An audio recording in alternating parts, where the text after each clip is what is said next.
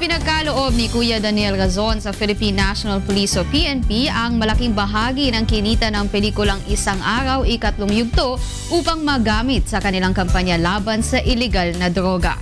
At mula sa Camp Crame, may report si Grace Casin live. Magandang tanghali sa iyo, Grace.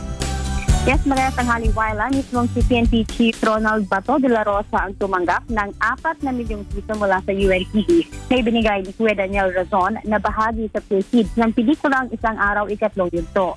Hindi maipaliwanag ang saya ng PNP Chief sa tulong na kanilang natanggap. Ayon sa kanya, gagamitin nila ang nasabing halaga para sa kanilang kasalukuyang kampanya laban sa illegal na droga, gaya ng pagtulong at pagpapagamot sa mga pulis na nasugatan habang gumaganap ng kanilang tungkulin at rehabilitasyon ng mga ito. Ayon naman kay Kuya Daniel Razon, tuloy-tuloy ang gagawing pagtulong ng estasyon sa pamahalaan kahit sino pa man ang maupong hepe ng pulisya.